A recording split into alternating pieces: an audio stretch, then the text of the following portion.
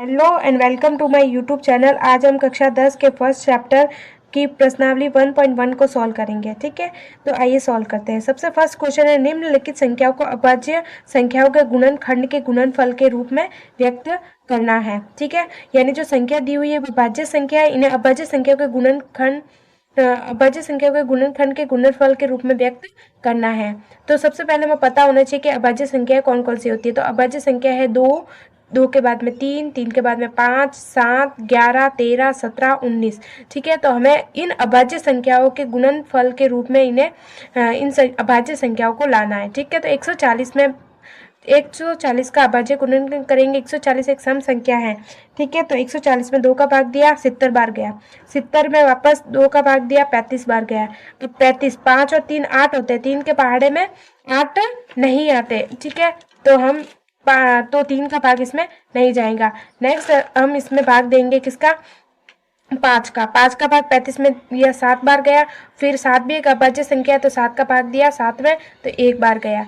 यानी हम जो है 140 को 2 गुणा 2 गुणा 5 गुणा 7 के रूप में लिख सकते हैं। अगर हम 2 गुणा 2 4, 4 पंजा,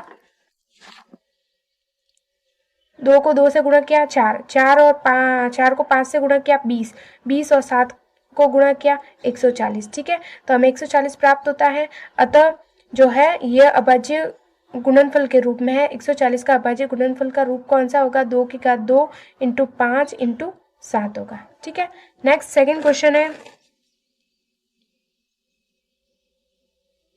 156। ठीक है, 156 भी एक सम संख्या है। चलिए आइए इसका अभाज्य गुणनखंड करते हैं। ठीक है, तो 156 एक सम संख्या है। अतः इसमें 2 का भाग जाएगा। 2 का भाग 156 में दिया तो कितनी बार गया, 78 बार। ठीक है, वापस 78 भी एक सम संख्या है। इसमें वापस 2 का भाग दिया, 2 दिया 6 और 2 9 18। ठीक है, अब एक अभाज्य संख्या प्राप्त हो गई। ठीक है, तो इसमें ये सम संख्या नहीं विषम संख्या है। तो विषम संख्या तो 39 विषम संख्या होने के कारण इसमें 2 का भाग तो नहीं जाएगा। अब इसमें 3 का चेक करते हैं। 9 और 3 कितने हो गए, 12 हो गए। अतः 3 के पहाड़े में तो 12 आता है। ठीक है, तो 3 के पहाड़े में 12 आता है तो इसमें जाएगा 3 का भाग। तो 3 एकम 3 और 3 तिया 9। अब 13 एक अभाज्य संख्या है, तो 13 एकम 13। तो 156 को हम 2 की घात 2 इंटू 3 इंटू 13 के रूप में लिख सकते हैं। ठीक है, थर्ड क्वेश्चन है 3825। ठीक है, तो 3825 का अभाज्य गुणनखंड करेंगे। 3825 का अभाज्य गुणनखंड किया। ठीक है, एक विषम संख्या है, अतः इसमें 2 का भाग तो नहीं जाएगा। तो अब 3 का चेक करते हैं। 5 और 2 7 हो गए, 7 और 8 14, 15 हो गए, 15 और 3 18 हो गए। 18 में 3 का भाग जाता है, तो 3 का भाग इसमें दिया तो कितनी बार गया, 12 75। मैंने पहले दे रखा था, आप भी दे के चेक करना। ठीक है, तो 12 75। अब 12 75 में वापस 5 और 7 12, 13 14 और 15 में वापस 3 के बारे में 15 आता है, यानी वापस 3 का जाएगा। तो ये 4 जाएगा 425 बार। ठीक है, अब 4 और 5 9 और 2 11 हो गए, यानी इसमें जो है 3 का भाग तो नहीं जाएगा। अब नेक्स्ट इसमें किसका भाग देंगे, नेक्स्ट इसमें भाग देंगे 5 का। ठीक है, तो 5 का भाग 425 में दिया 85 बार गया। ठीक है, वापस 5 का देंगे तो 85 में 5 का दिया तो 17 बार गया। ठीक है, और फिर ठीक है 17 बार गया। 85 में 5 का भाग दिया 17 बार गया। अब वापस 17 का भाग दिया तो 17 एकम 17। तो हम इस संख्या को हम कैसे 3 गुणा 3 गुणा 5 गुणा 5 गुणा 17 के रूप में लिख सकते हैं, या फिर 3 की घात 2 इंटू 5 की घात 2 इंटू 17 के रूप में भी लिख सकते हैं। ठीक है, फोर्थ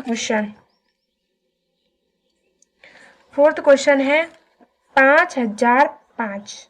ठीक है, 5005 का फोर्थ क्वेश्चन है 5005। अब 5005 का हमें करना है अभाज्य गुणनखंड। ठीक है, तो 5005 का अभाज्य गुणन करेंगे तो इसमें 5 और 5 10, 3 का भाग तो नहीं जाएगा। अब सीधा देंगे 5 का भाग, तो 5 एकम 5, 0 0, 5 एकम 5। 5 के बाद अभाज्य संख्या कौन सी है?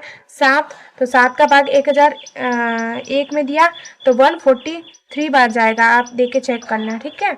तो 143 बार गया। अब 7 के बाद में जो अभाज्य संख्या 11, 11 का भाग 143 में दिया तो कितनी बार गया?